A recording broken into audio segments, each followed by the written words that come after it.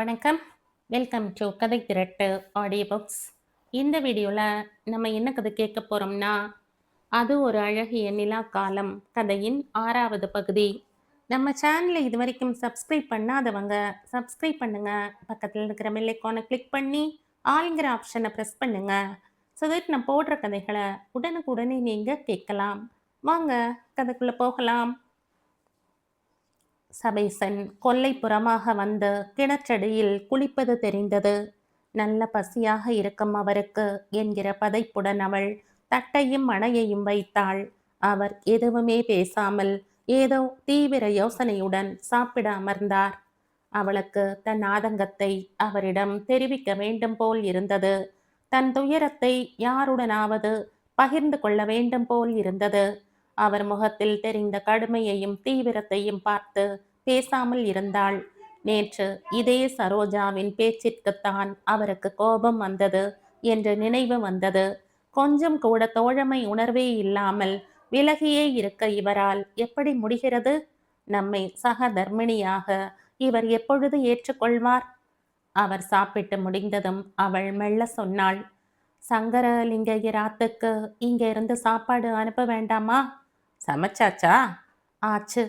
பின்ன என்ன கேட்பானேன்? தாராளமா அனுப்பு. இங்க இருந்து அரிசி சப்ளை போயாச்சு. இனிமே சாப்பாடு தான் சப்ளை போகணும். கொஞ்சம் கூட நியாயமற்ற நிஷ்டூரமாகப்பட்டது. இந்த மாதிரி ஒரு சந்தர்ப்பத்தில் மிக விவஸ்தையற்ற பேச்சாகப்பட்டது. அவள் தன்னை கஷ்டப்பட்டு கட்டுப்படுத்தி கொண்டாள். இவர் இந்த மாதிரி இடக்காக பேசும்போது சாப்பாட்டை அனுப்புவதா வேண்டாமா என்று அவள் திகைக்கையில் அவர் திண்ணையில் இருந்தபடி யாரையோ பார்த்து சொல்வது கேட்டது. கிட்டா, அவாத்துக்கு சமையல் பண்ணி வச்சிருக்கீங்க, கொண்டு போய் கொடுத்துட்டு வா. அவள் நிம்மதியுடன் உள்ளே வந்தாள். சபேசன் வழக்கம் போல் சட்டையை மாட்டிக்கொண்டு வெளியில் கிளம்பி போனார். அவள் சாப்பாட்டை அனுப்பிவிட்டு தானும் சாப்பிட்டு விட்டு திண்ணைக்கு வந்தாள். லக்ஷ்மி திண்ணையின் ஓரமாக உட்கார்ந்து கொண்டாள். சரோசி, கதை முடிஞ்சு போச்சு. ரொம்ப பரிதாபம் லக்ஷ்மி. அசட்டு பொம்பளை. எங்க ஜனத்துல ஆம்பளை இப்படி இருந்தா அட போயான்னு போயிடுவோம். லலிதா மௌனமாக இருந்தாள். அந்த மாதிரி போன ருக்மணியை இவளே ஏற்றுக்கொள்ளவில்லை என்று ஞாபகத்துக்கு வந்தது. இப்ப அவங்கெல்லாம் பட்டணத்துக்கு போவாங்களாங்கிறது சந்தேகம். ஏன், குழந்தைகளை யார் பார்த்துக்குவாங்க பட்டணத்துல? இங்கேயாவது அந்த பொம்பளை இருக்கு. லக்ஷ்மி திடீரென்று சிரித்தாள். நினைச்சு பார்த்தா இந்த ஊர்ல நடக்கிற விஷயம் எல்லாம் படு தமாசா இல்ல? இல்ல, நீங்க எப்பவும் ஆகாசத்திலேயே குந்திக்கின்னு இருங்க. மீனோ மாலையில் வீட்டுக்கு வந்து செய்தி தெரிந்ததும் திடுக்கிட்டு போனாள். இந்த ஊர்ல பெண்களுக்கு கொஞ்சம் எதிர்க்க தைரியம் வந்திருக்கு. இந்த சாவு ஒரு எதிர்ப்பு மன்னி ருக்மணி எதிர்த்துண்டு ஓடி போனா இவ இன்னும் கோவமா வஞ்சம் தீத்துண்டிருக்கா. உங்க எதிர்ப்பை நீங்க எந்த விதமா காண்பிக்க போறேள் மன்னி? தூக்கி வாரி போட்டது லலிதாவுக்கு. சற்று நேரம் எதுவுமே பேச தோன்றவில்லை. சற்றும் எதிர்பாராத சமயத்தில் யாரோ தாக்கிய மாதிரி இருந்தது. என்ன சொல்ற மீனு என்றாள் மெல்ல. தெருவை பார்த்து கொண்டு நின்றிருந்த மீனுவின் முகத்தில் ஒரு கோபம் தெரிந்தது. லலிதா அவள் தோள் மேல் கையை வைத்து மென்மையாக சொன்னாள், எனக்கும் இவாளுக்கும் சம்பந்தம் இல்லை மீனு. மீனு சட்டென்று தன்னை சமாளித்து கொண்டாள். ஓ ஆமா மன்னி, சாரி, நான் மறந்தே போனேன். அவளுடைய புன்னகையில் இகழ்ச்சி தெரிந்த மாதிரி இருந்தது லலிதாவுக்கு. உங்களுக்கும் அவளுக்கும் சம்பந்தமே இல்லை. ஆனா எனக்கு அவளை தான் புரிஞ்சுக்க முடியறது மன்னி, உங்களை இல்லை. லலிதா லேசாக சிரித்தாள். அதுக்கு கொஞ்சம் வயசாகணும் உனக்கு மீனு. மீனு தோளை குலுக்கினாள். எனக்கு தெரியல, என்னால இந்த ஜென்மத்துல உங்களை புரிஞ்சுக்க முடியாது. ஏன்னா நீங்க இந்த யுகத்தை சேர்ந்தவர் இல்லை.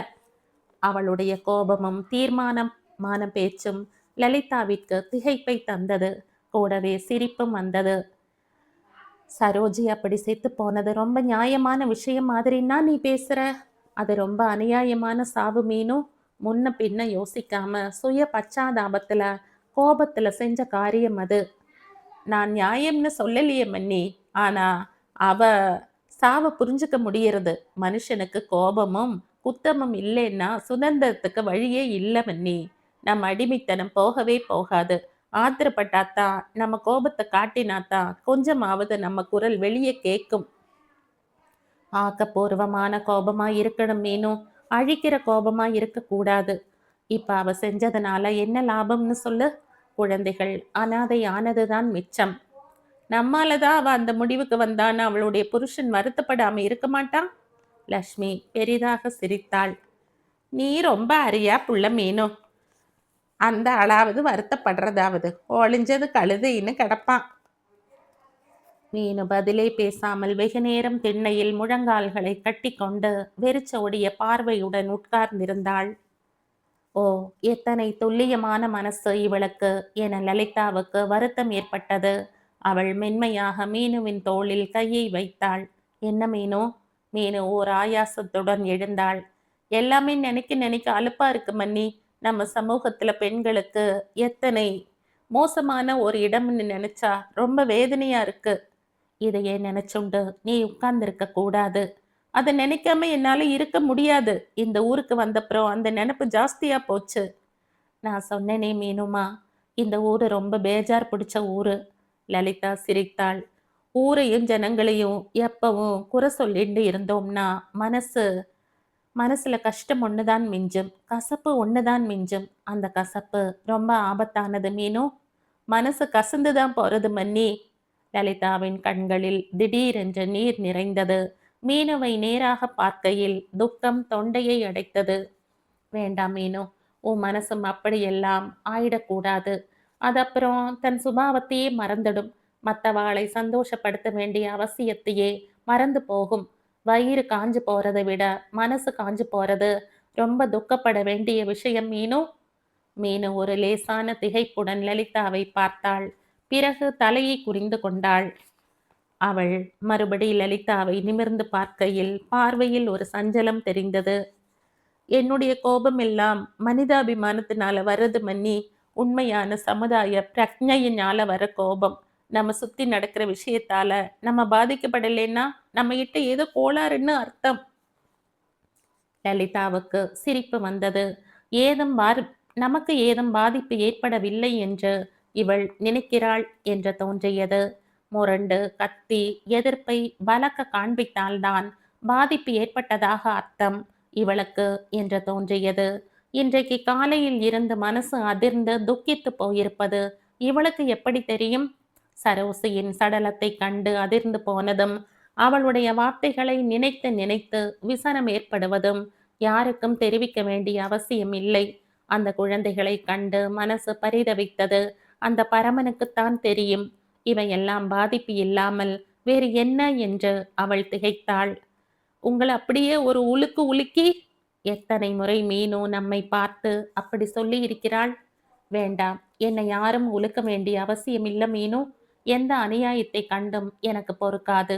என்னை சுத்தி நடக்கிற விஷயங்களை கண்டு மனசு ஒவ்வொரு தடவையும் குலுங்கிறது உனக்கு தெரியாது.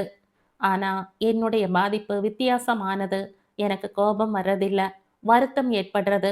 நாம கோபப்படுறதுனால இந்த சமுதாயத்தை சீர்திருத்திட முடியும்னு நீ நினைச்சியானா உனக்கு இந்த சமுதாயத்தை பத்தி ஒண்ணுமே தெரியலன்னு அர்த்தம். அவள் அப்பொழுதுதான் ராஜு அங்கு வந்து உட்கார்ந்து இருந்ததை கவனித்தாள். கண்களில் இதுவரை பார்த்திராத ஏதோ ஒன்று, துயரமா, சஞ்சலமா, அதிர்ச்சியா, எல்லாம் கலந்த ஏதோ ஒன்று. லலிதாவுக்கு சொல்ல தெரியாத கலக்கம் மனசை வியாபித்தது. எப்ப வந்து விளையாடிட்டு என்றாள் மென்மையாக. இன்னைக்கு விளையாடல. ஏன்? கோபு வெங்கட்டோட அம்மா செத்து போயிருக்கச்ச எப்படி விளையாடுறது? அவளுக்கு லேசான திகைப்பு ஏற்பட்டது. வாஸ்தவத்தில் இந்த குழந்தையை நமக்கு அதிகம் பரிச்சயம் இல்லை என்று தோன்றியது. மன்னி, நான் என்ன சொன்னேன்? இந்த ராஜுக்குள்ள நமக்கு தெரியாத ஒரு ராஜு இருக்கான். யார் பேச்சும் ராஜுவின் செவியில் விழவில்லை என்று அவனது அகல விரிந்த கண்களும் தூரத்து பார்வையும் தெரிவித்தன.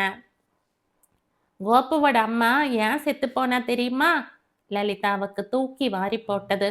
அதை பத்தி எல்லாம் நமக்கு என்ன ராஜு? ராஜுவுக்கு ஏதும் காதில் விழவில்லை. கோபுவோட அப்பா அவளை ரொம்ப அடிச்சுட்டாராம். அது பொறுக்க முடியாம தூக்கு போட்டுண்டாளாம். லலிதா மெல்லிய குரலில் அவனை அதட்டினாள். ராஜு, உனக்கு அப்பா எத்தனை தரம் சொல்லி இருக்கார் இன்னொருத்தர் வீட்டு விஷயத்தை பத்தி பேசக்கூடாதுன்னு? ராஜு பதில் ஒன்றும் சொல்லாமல் தலையை குனிந்து கொண்டான். சற்று பொறுத்து அதை முற்றும் துறந்தவனாய் ஆகாசத்தை பார்த்தபடி சொன்னான். மீனக்கா, சரோசி மாமி அங்கதானே இருப்பா? எங்கடா? மேல ஆகாசத்துல? யார் சொன்னது உனக்கு? எனக்கு தெரியும். சாமி கிட்ட போயிடுவா செத்து போனா. சாமி அங்கதானே இருக்கார். சரியான லாஜிக்கிடா. மறுபடியும் ராஜுவின் பார்வை எங்கோ நின்றது. அங்க போனா ரொம்ப நன்னா இருக்குமில்ல மீனுக்கா? மீனு, உளராதடா ராஜு என்றாள். லலிதாவுக்கு விபரம் புரியாமல் மார்பு படபடத்தது. இந்த பிள்ளை ஏன் இப்படி பேசுகிறான்? இப்படியெல்லாம் யோசிக்க எங்கிருந்து கற்றுக்கொண்டான்? சந்தியா கால வேளையில என்ன பேச்சு வாசல்ல உட்காந்துண்டு? எழவிடுத்த வீடா அது? ராத்திரிக்கு பலகாரமோ சாப்பாடோ கிடையாதா? லலிதா விருக்கென்று எழுந்தாள். எழவெடுத்த வீடு. அடிவயிற்றில் ஒரு ஜில்லிப்பு ஏற்பட்டது. இன்று எவ்வளவோ முறை கேட்ட வார்த்தை. இன்றைக்கு என்ன நேர்ந்து விட்டது? சமைச்சு வச்சிருக்கனே, சாப்பிட வாங்கோ. வாய் தானாக வழக்கமான மிருதுவோடு பேசிற்று. எதுவுமே தன்னை மாற்றாது என்கிற மாதிரி. படிக்க வேண்டிய நேரத்துல என்ன ஊர் வம்பு பேசிட்டு இருக்கேள் ரெண்டு பேரும்? இந்த அக்ரஹாரத்துல என்ன நடந்தாலும் நம்ம ஆத்துல இனிமே மீட்டிங் போட போறேளா? மீனு வாயை மூடிக்கொண்டு உள் அறைக்கு சென்றாள். அப்பாவின் அதட்டலை கேட்டதும் ராஜுவின் பார்வை மாறி போயிருந்தது. பேந்த பேந்த விழித்து கொண்டு அப்பாவின் அடிக்கு தப்பிக்க வேண்டும் என்கிற ஒரே நோக்கத்துடன் அவன் மீனுவின் தலைப்பை பிடித்து கொண்டு போவது லலிதாவுக்கு பரிதாபமாக இருந்தது. போடா உள்ள தரித்திர பயல, குண்டு சட்டியில குதிரையை ஓட்டு, பனியில சட்டை போட்டுக்காம உட்கார்ந்துருக்க. போ, சட்டை போடு. இன்னொரு தடவை நீ இப்படி உட்கார்ந்துருக்கிறத பார்த்தேன், தோலை உரிச்சிடுவேன். ராஜு விருக்கென்று மீனுவின் பின்னால் அறைக்குள் நுழைந்தான். சபேசன் சாப்பிட லலிதா மடையை வைத்து தட்டை வைத்தாள். தனது வழக்கமான கடுகடுப்புடன் சபேசன் சாப்பிட உட்கார்ந்தார். வெளியுலக நடப்பு ஏதும் இவரை பாதிக்காதா என்று அவளுக்கு ஒரு வினாடி ஆச்சரியமாக இருந்தது. பாதிக்கலேனா அவளுக்கு ஏதோ கோளாறுன்னு அர்த்தம். அவள் சட்டென்று சமாளித்து கொண்டாள். இவருக்கு என்ன கோளாறு என்று ஆராய்வதில் ஆகப்போவது ஒன்றும் இல்லை. மனிதர்கள் மாறப்போவதில்லை. நான் என்கிற குறுகிய வட்டத்துக்குள் இருக்கும் வரை யாரும் மாறப்போவதில்லை.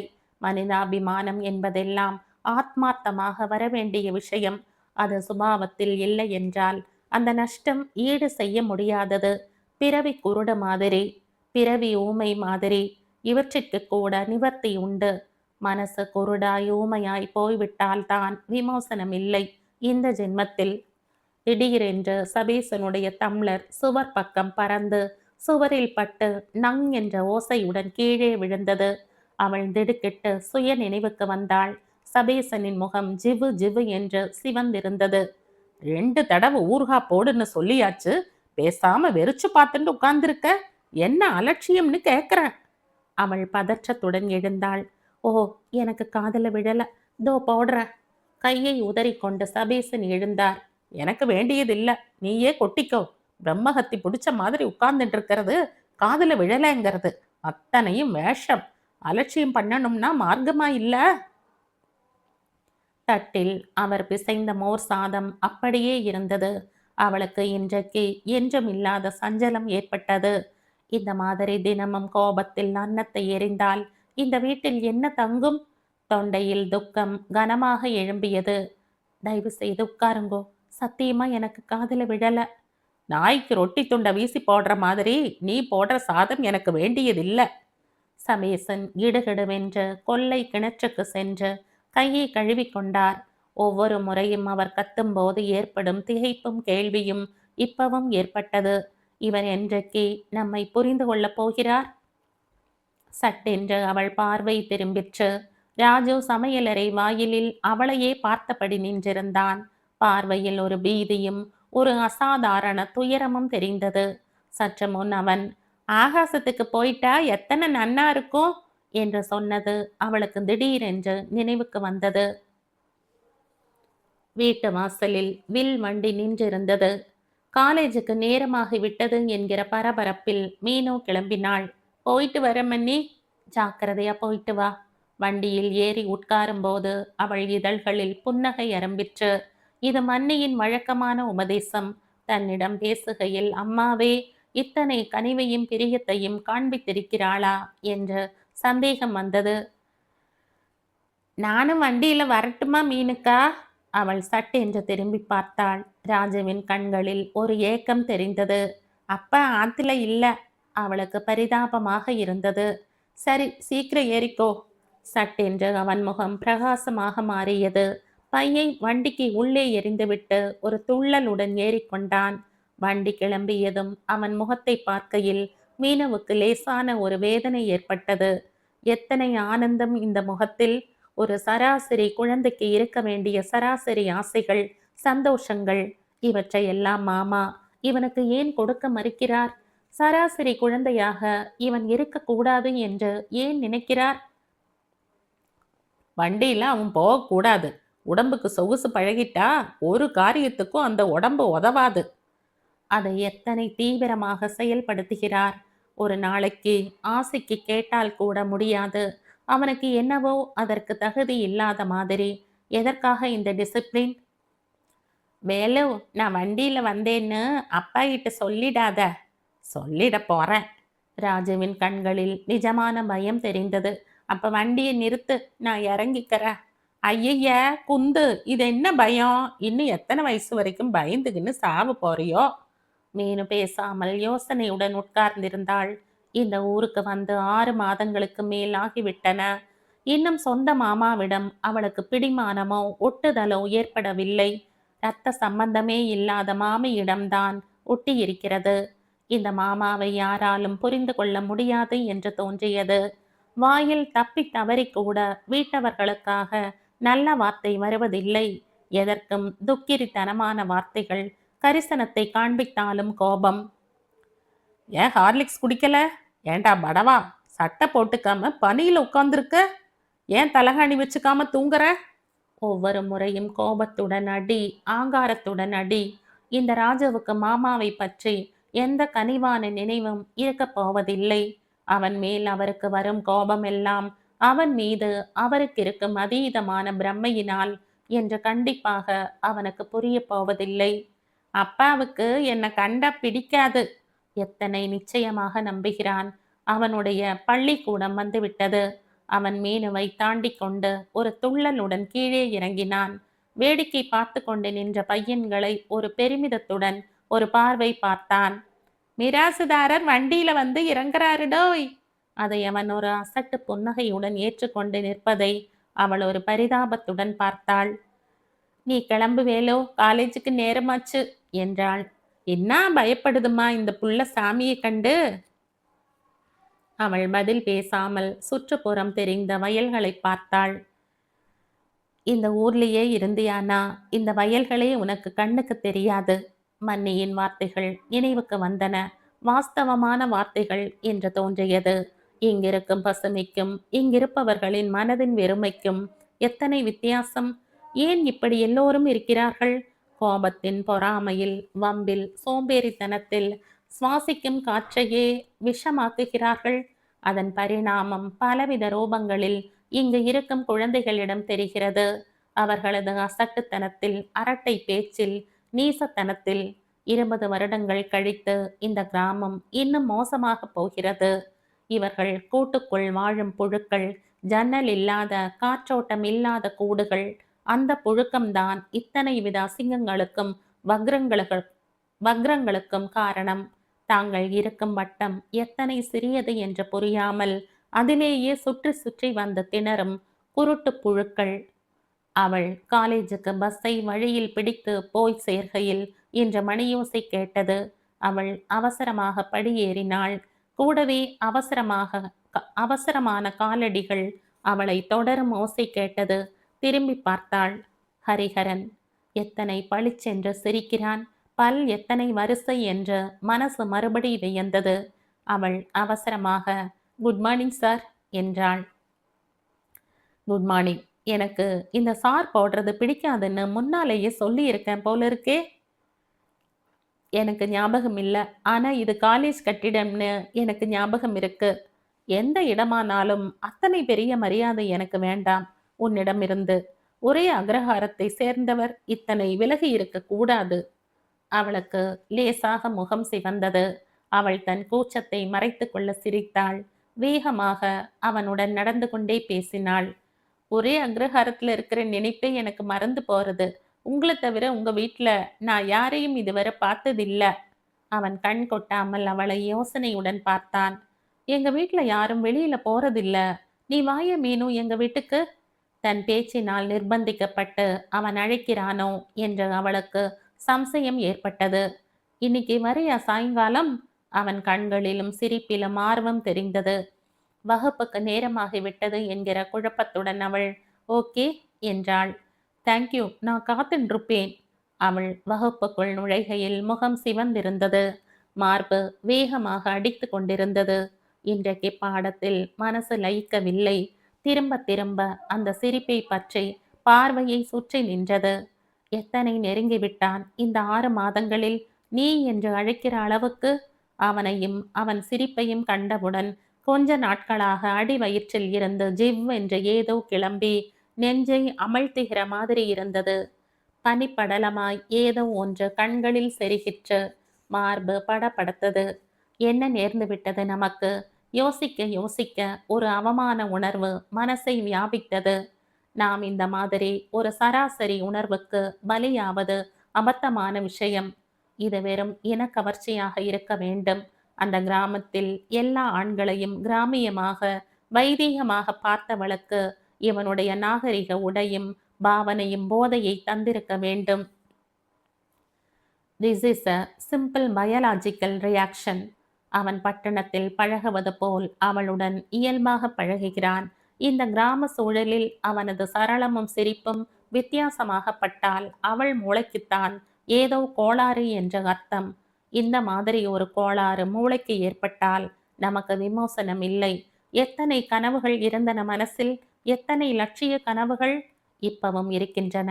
தன்னை சுற்றி இருக்கும் பெண்களின் கண்ணீரை பார்க்கும்போது, அவர்களின் அநியாயமான துயரங்களை பார்க்கும்போது கட்டுக்கடங்காமல் ஆத்திரம் ஏற்படுகிறது. எத்தனை ஜென்மங்களுக்கு இந்த மாதிரி சோகக் கதைகள் கேட்க வேண்டும் என்ற துயரம் ஏற்படுகிறது. இந்த சோகத்துக்கெல்லாம் பெண்களின் பலகீனமே காரணம், பொருளாதார அடிமைத்தனமே காரணம், உலக அறிவு இல்லாமையே காரணம். இந்த கிராமத்து அக்ரஹார பெண்களின் கதைகளே அதற்கு உதாரணம். இந்த ஆணினத்தின் தன் முனைப்புதான் ஒரு ருக்மிணியை சோரம் போக வைத்தது, சரோசியை தூக்கிலிட்டது. ஒரு லலிதாவை அவளுடைய எண்ண ஓட்டம் சட்டென்று தடைப்பட்டது. லலிதா மன்னியை இன்னும் தன்னால் புரிந்து கொள்ள முடியவில்லை என்று தோன்றியது. மாமாவின் இத்தனை மிரட்டலுக்கும் மன்னி எப்படி இப்படி சிரித்த முகமாய் வளைய வருகிறாள்? கொஞ்சமும் மனக்குறை இல்லாத மாதிரி வித்தியாசமே பார்க்காமல் எப்படி பிரியத்தை காட்டுகிறாள்? அன்றைக்கே அகல் விளக்கை ஏந்தி கொண்டு மன்னி திண்ணையில் நின்ற காட்சி நினைவுக்கு வந்தது. அவளுக்கு இந்த நினைப்பே இப்பவும் ஒரு சிலிர்ப்பை ஏற்படுத்திற்று. மன்னிக்கு ஏதோ ஒரு தெய்வீக சக்தி இருக்க வேண்டும். நான் ஒரு சராசரி மனுஷி. கண்ணீரை பார்த்து என்னால் சிரிக்க முடியாது. அடியை புன்னகையுடன் ஏற்க முடியாது. அன்றைக்கே சரோசியின் முடிவை கேட்டதும் அந்த அதிர்ச்சியும் சோகமும் எத்தனை ஆத்திரத்தை கிளப்பிவிட்டது. சரோசியின் கணவனின் கழுத்தை நெரிக்க வேண்டும் போல் ஆத்திரம் எழுந்தது. லலிதா மன்னியின் தோளை பிடித்து உலுக்க வேண்டும் போல் இருந்தது. அன்றே மனதில் தீவிரமான தீர்மானம் எழுந்தது. கல்யாணம் செய்து கொள்ளக்கூடாது. இந்த திமிர் பிடித்த ஆணுக்கு கீழ் நம் கழுத்தை நீட்டக்கூடாது.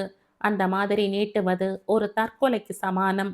எந்த ஒரு பலகீனத்துக்கும் நம்மை இலக்காக்கி கொள்ளக்கூடாது. நான் காத்து கொண்டிருப்பேன் என்ற வரிசை பற்கள் தெரிய சினிமா ஸ்டைலில் ஒருத்தன் சொன்னதும் இரக்கம் ஏற்பட்டால், சி, எத்தனை மடத்தனம், எத்தனை அறிவீனம்! அவள் பலவந்தமாக தன் கவனத்தை பாடத்தில் செலுத்தினாள். காலேஜ் முடிந்து வீட்டுக்கு கிளம்புகையில் முந்தைய நாள் வந்த அம்மாவின் கடிதம் ஞாபகத்திற்கு வந்தது. அம்மா வழக்கமான படபடப்பை கடிதத்திலும் காட்டியிருந்தாள். உன்னால எப்படி அந்த கிராமத்துல இருக்க முடியறதுன்னு இன்னும் என்னால நம்ப முடியல. பொழுது எப்படி போகிறது? பாடம் எல்லாம் நன்றாக நடக்கிறதா? காலேஜ் சுமாராக இருக்கிறதா? பட்டணத்திலேயே துரு துரு என்று அலைந்து கொண்டிருந்த உனக்கு என்ன காரணத்தால் இந்த அசமஞ்சம் பிடித்த ஊர் பிடித்து போயிற்று என்று நானும் உன் அப்பாவும் தினமும் மண்டையை உடைத்து கொள்கிறோம். எப்பொழுது மதராஸ் வருகிறாய்? திரும்ப திரும்ப அதே அனத்தல்.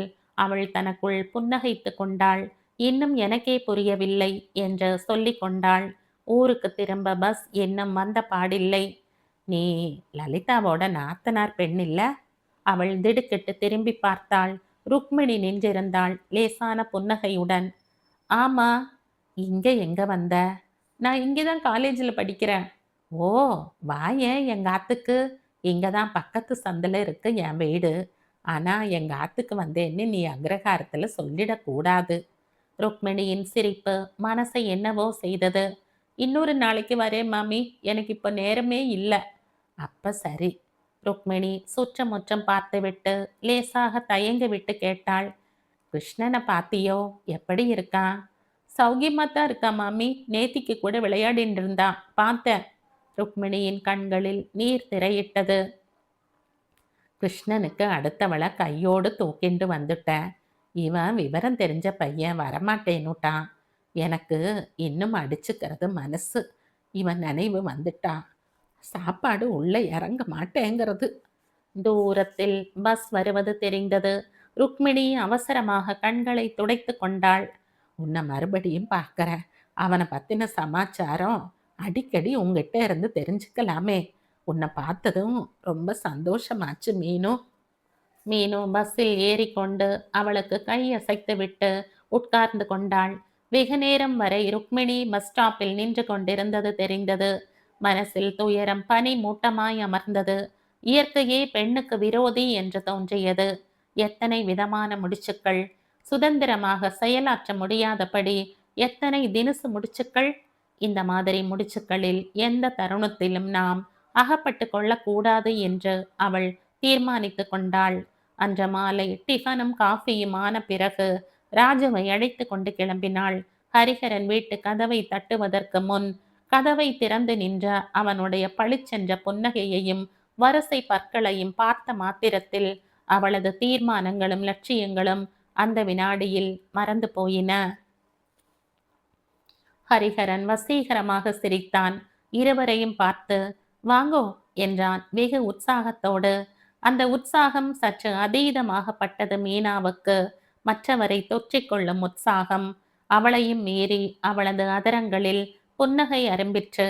அவள் ராஜுவின் கையை பிடித்து கொண்டு உள்ளே சென்றாள். மற்ற அக்ரஹாரத்து வீடுகள் மாதிரி இல்லாமல் இந்த வீடு நல்ல வெளிச்சமாக இருந்தது. சற்று நாகரிகமாக துப்புரவாக வைக்கப்பட்டிருந்தது. வீட்டில் யாருமே இல்லாத மாதிரி நிசப்தமாக இருந்தது. உட்காரு, அம்மாவை கூப்பிடுறேன் என்று அவன் உள்ளே போனான். மேனோ பார்வையை ஓட்டினாள். சோஃபா செட்டுக்கு பக்கத்தில் புத்தக ஷெல்ஃப் இருந்தது. ஒரு பிரேமில் 8 10 புகைப்படங்கள் இருந்தன. எல்லாவற்றிலும் இருப்பது ஹரிஹரனின் தங்கை மஞ்சு என்று அவளுக்கு தோன்றியது. சின்ன குழந்தையில் இருந்து இன்று வரை 2 வயசு வரை கால் முழுவதும் தெரிய படம். அதற்கு பிறகு மார்பு வரை 2 வயது வரைதான் மஞ்சு சிரித்தாளோ என்று தோன்றியது. அதற்கு பிறகு எடுத்த படங்களில் உதட்டில் புன்னகைக்கு பதில் ஒரு அழுத்தம் தெரிந்தது. இனிமேல் புன்னகைக்க மாட்டேன் என்று பிடிவாதம் பிடிக்கிற மாதிரி. வாமா, அவள் சட்டென்று திரும்பினாள். ஒரு நடுத்தர வயது பெண்மணி நின்றிருந்தாள். மஞ்சுவின் சாயலாக சாந்தமும் கருணையுமாக. நமஸ்காரம் மாமி. நமஸ்காரம்மா. காலேஜ் இங்க பிடிச்சிருக்கா? தன்னை பற்றி இந்த அம்மாளுக்கு முன்பே தெரிந்திருக்க வேண்டும் என்று அவள் நினைத்து கொண்டாள். பரவாயில்ல, நான் நினைச்ச அளவு மோசம் இல்லை. நான் லெக்சரரா இருக்கிற இடம் எப்படி மோசமா இருக்கும்? அந்த அம்மாவின் முகத்தில் லேசான புன்னகை கீற்று தோன்றியது. அவனுடைய மிகையான உற்சாகத்துக்கு எதிரில் அவளுடைய சாந்தம் மிகையாக தோன்றியது. இந்த ஊர் உங்களுக்கு பிடிச்சிருக்கா மாமி? வெளியில போனா தானே இந்த ஊர் எப்படி இருக்குன்னு தெரியும். இதற்கு என்ன பதில் சொல்வது என்று புரியாமல் மீனோ பேசாமல் இருந்தாள். அம்மா, இவாளுக்கு சாப்பிட ஏதாவது கொண்டு வா. ஏன்? அவன் பேச்சை மாற்ற அப்படி சொல்கிறான் என்று அவளுக்கு தோன்றியது. அவள் அவசரமாக வேண்டாம் வேண்டாம் என்றாள். இப்பத்தான் டிஃபனும் காஃபியும் சாப்பிட்டுட்டு வரோம். பழம் சாப்பிடலாமே. தோ வர. ஹரி, நீ பேசின்று. உட்காரே மீனோ. திடீரென்று அவளுக்கு ஒரு கூச்சம் ஏற்பட்டது. ராஜு என்ன செய்வது என்று புரியாமல் அவளுடன் ஒட்டி நின்று போலாம் என்று முணுமுணுத்தான். ஹரிஹரன் அவளையே ஒரு புன்னகையுடன் பார்த்து கொண்டிருந்தான். இந்த போட்டோவில் இருக்கிறதெல்லாம் உங்க தங்கை இல்ல? அவன் முகத்தில் சட்டென்று ஒரு மாறுதல் தெரிந்தது. ஆமாம். உங்க தங்கை எங்க? உள்ள இருக்கா? நான் பார்க்கலாமா? அவன் தயக்கத்துடன் எழுந்தான். அவளுக்கு புதுசா யாரையும் பார்க்க இஷ்டம் இருக்கிறதில்ல. கொஞ்சம் பழகி பார்த்தா தான் அவளுடைய கூச்சம் போகும். இந்த ஊர்ல என் வயசு பெண்கள் யாருமே இல்லாம எனக்கு கஷ்டமா இருக்கு. உங்க தங்கையை பார்த்ததிலிருந்து பழகணும்னு ஆசையா இருக்கு. நீ ஆசைப்பட்டா மட்டும் போராது மீனு. இவர்களாகவே யாரையும் அவள் அருகில் அண்ட விடுவதில்லையோ என்று அவளுக்கு சந்தேகம் வந்தது. ஹரியின் அம்மா ஒரு தட்டில் வாழைப்பழங்களை கொண்டு வந்து வைத்தாள். அம்மா, மீனவுக்கு மஞ்சுவை பார்க்கணுமாம், அழைச்சுண்டு போ. ஏன்? ஆக்ஞை மாதிரி இருந்தது சொன்ன விதம். லேசான குழப்பத்துடன் அவனை பார்த்துவிட்டு அந்த அம்மாள் மீனுவை பார்த்து வா என்றாள். நடு கூடத்தை ஒட்டினாற்போல் இருந்த அறை திரை போடப்பட்டிருந்தது. திரையை விலக்கி கொண்டு உள்ளே சென்றதும் மஞ்சு எங்கோ விட்டத்தை பார்த்து கொண்டு உட்கார்ந்திருந்தவள் சரையில் என்று திரும்பினாள். ஓ, இது என்ன பார்வை! எடுத்த எடுப்பிலேயே ஆளை சந்தேகிக்கிற மாதிரி, எடை போடுகிற மாதிரி, என் வழிக்கு வராதே என்கிற மாதிரி. மஞ்சு, இவதான் மீனு, எதிர்த்த வீட்டில் இருக்கா. பக்கத்து டவுன்ல இருக்கிற காலேஜில் படிக்கிறா. மின்னல் வேகத்தில் அவள் தலையை திருப்பினாள். அண்ணா போகிற காலேஜா? ஆமா. திடீரென்ற பார்வையில் ஒரு கோபம் தெரிந்தது. எனக்கு யாரையும் பார்க்க வேண்டியதில்லை. அவள் குரலில் இருந்த ஆக்ரோஷம் மீனாவுக்கு திகைப்பை ஏற்படுத்திற்று. எனக்கு பார்க்கணும்னு இருக்கு மஞ்சு. எனக்கு சிநேகிதம் செஞ்சுக்கணும்னு ஆசையா இருக்கு. மஞ்சு திடீரென்று கத்தினாள். நான் என்ன மியூசியம் பீஸா? உனக்கு இல்லாத கால் எனக்கு இருக்குன்னு காண்பிக்க வந்தியா? இது அண்ணாவுடைய திரிசமன். வேணும்னே என்னை அவமானப்படுத்துவான். எனக்கு யாருடைய சிநேகிதமும் வேண்டாம். மீனவுக்கு தூக்கி வாரி போட்டது.